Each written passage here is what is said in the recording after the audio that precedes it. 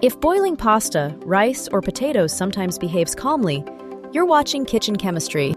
Other times it erupts into foam as chemistry shifts in real time.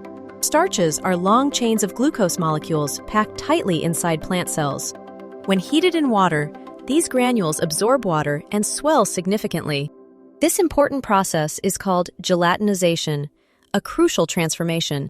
As they swell, some starch leaks out into the water. This dissolved starch thickens the water and changes its surface tension. Normal boiling water forms large bubbles that pop immediately after forming. But starchy water forms bubbles that have much stronger, more resilient walls. Strong bubble walls trap steam beneath them.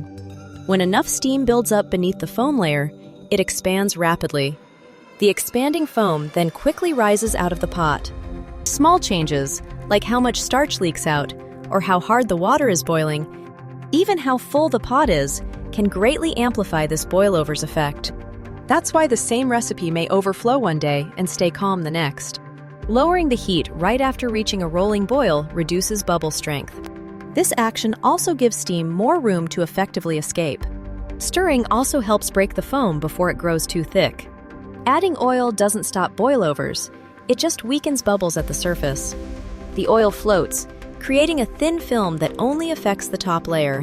Pots with taller sides can help delay the overflow. However, they don't fundamentally change the underlying chemistry. Ultimately, the unpredictable behavior comes from how starch changes boiling dynamics. This means thicker water, stronger bubbles, and faster foam growth. For more heat and water science, explore the breakdown linked here next.